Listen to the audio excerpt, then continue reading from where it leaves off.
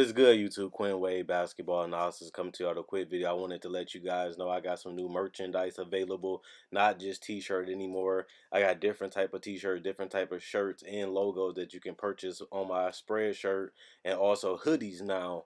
We have expanded and added more to the channel and more merchandise for the brand. Thanks for supporting. It will be in the description and the links will be in the comment section below. Thanks for helping me and supporting the movement. Quinn Wade Basketball Analysis. I'm going to check out the video. What is good, YouTube? Quinn Wade Basketball Analysis coming to y'all with another video. We're going to talk about John Wall, one of my favorite players in the NBA. And hearing this news is just painful to see that he's out for the whole season. And on top of that, he had double knee surgery, and he just was recovering from that after doing it last year and missing a lot of games. And then for him to work his way up to having a better season, to me, he got off to a rocky start. It started to seem like he was starting to get that confidence back. It seemed like he was starting to feel like he can take over and get any shot that he wants. And he even started helping his teammates get better involved. He averaged 20 points and 10 assists in December, which is unfortunate because he was averaging around 8 assists this whole year. He started to figure it out, and then with the addition of Trevor Ariza, gave him some more floor spacing, and that helped them too. But the problem is now is, should they trade John Wall? This has been a topic that has been talked about all season. Is it time to blow up the Washington Wizards? I obviously put my 2 cents in it earlier before everybody started talking about it, and they have been terrible. They have no soul. They have no life. They have no purpose to me. They don't try to play defense. It seems like they don't even want to play defense. They can't hit a shot to save their life, depending on the opponent. They don't go out there and beat the team they should beat. They end up floundering and they're not even a mediocre team. They're just terrible. I will put myself under the bus. I believed in John Wall and Bradley Beal, especially because they were two All-Stars last year. John Wall is an All-NBA defender before and an All-NBA player, and he averaged 20 and 10 before, and he came close to doing it. He was on pace to doing it this year if he would have kept up this December, and he still got a couple more months to go. But with him going down, they're guaranteed to get a lottery pick. Otto Porter is not playing that well. Nobody on this team is playing well. And then when you put the fact that Dwight Howard missing 2 months, he already missed this month because it's basically over, and he's going to miss next month, majority of it, if not all of it.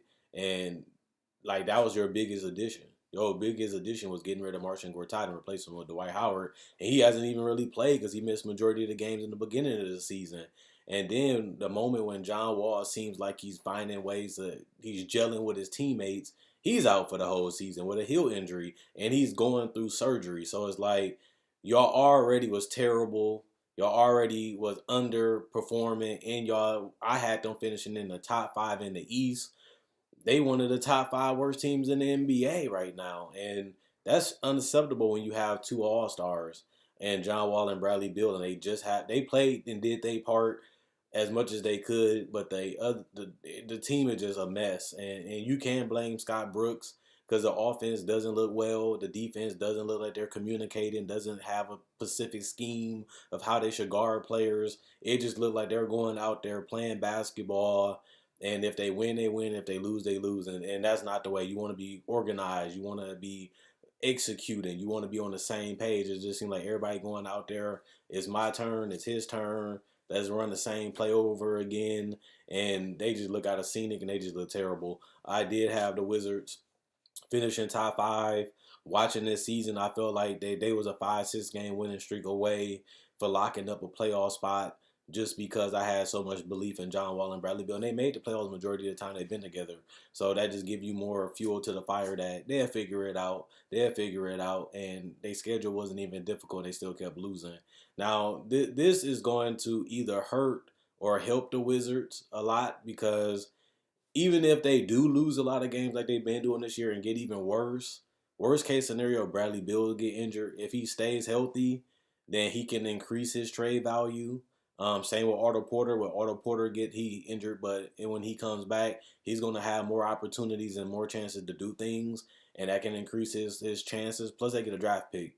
If they get worse than they are now, then they get a top 10 draft pick confirmed and maybe even the top 5, which will really help them out because right now they're trying to find veterans, but they really need to rebuild because John Wall and Bradley Beal haven't been able to get you to the Eastern Conference Finals, and they haven't been able, honestly and truthfully, been able to even get you 50 wins in the season. Even when they both was all stars last year, they barely made the playoffs because of the John Wall injury was that severe, and they got destroyed in the playoffs. Even though they put up a fight, they still was not really even close to winning the series. Even though I thought that they would put up a better fight, at least they didn't get swept. That's the best case for that.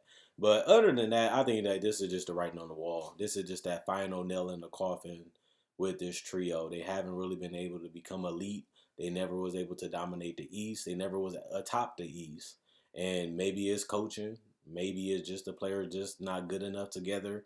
And maybe they just got to figure out. I know that Grunfeld he loves these players. He was willing to even overpay these players. But honestly and truthfully, if they was going to just mail it in like they did so far, um, you have to figure out a way to rebuild this roster. If you don't want to go through a full rebuild, you have to find who you want to keep and who you want to get rid of. And like I said, that does increase the value of Otto Porter and Bradley Beal because they're going to get more minutes and more opportunities. And they get to show you some more stuff that they didn't do because they're going to have the ball and their usage going to be high. But John Wall, he already got one of the worst contracts in the NBA. And to people certainly feel like that about John Wall. This doesn't help that because he's coming off double knee surgery. Plus, he just tore his heel to the point where he needs surgery. And he already was on a team that was bad, terrible, one of the worst teams in the NBA. And now coming off surgery, plus double knee problems, plus his contract is about to go up to close to $40 million after major injuries to his body. And the fact that he's turning 29 years old. And that makes it even worse because he's close to 30, which means he's close to the end of his career. Plus, he's coming off 2 major injuries. So this is not a good look. Everybody kept trying to say trade John Wall, trade John Wall, trade John Wall, and now I don't even know if he's tradable at this point with these 2 injuries.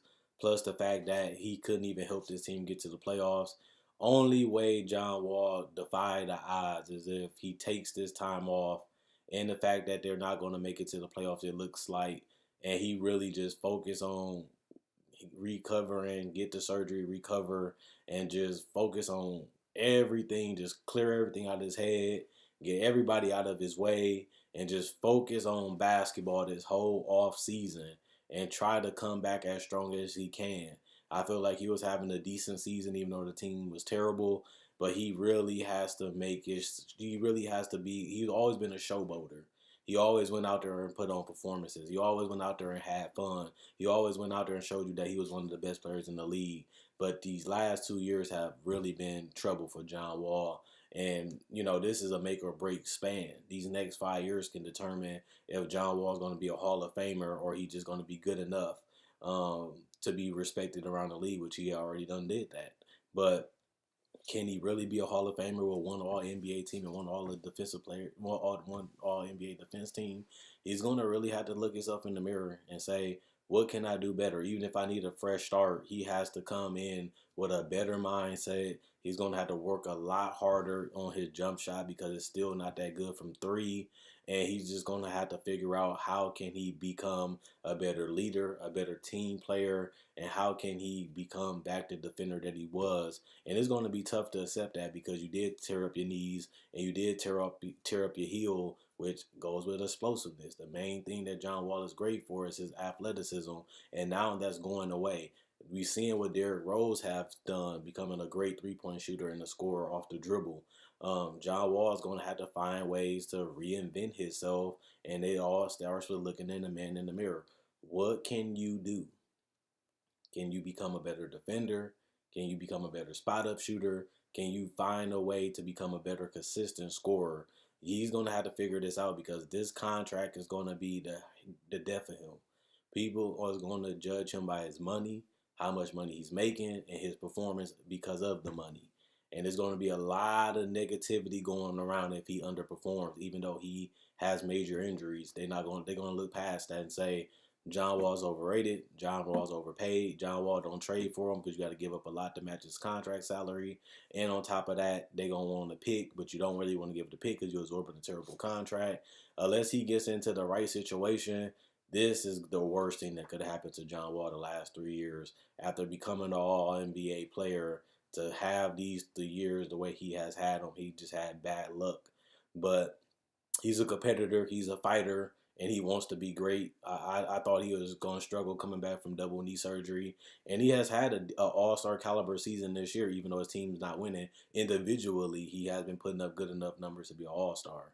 And that's something that I didn't think he could even do coming off double knee surgery again last year. And now this is a bigger setback, and he's going to miss the whole season. So this is the worst case scenario that could happen for John Wall, and the worst type of injuries considering that he's a runner. He used athleticism, and these are the two worst injuries you can really have, and when you rely a lot on your athleticism. So I think he'll figure it out. John Wall wants to be great. John Wall has become the number one pick after not even being cared about really in high school. He has worked his way up to an all-star for multiple years in a row.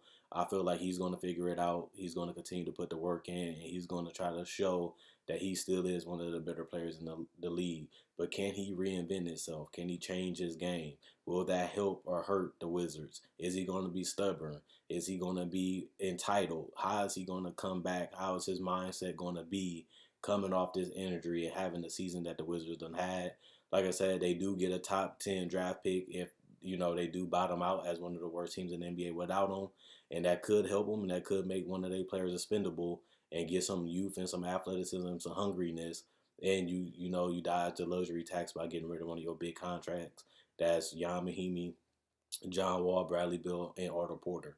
Something's got to give. Somebody has to go because this team is just not good enough to compete on a championship level, although the salary cap says otherwise. Let me know what you guys think. Is John Wall done? Is he overrated? Is he underrated?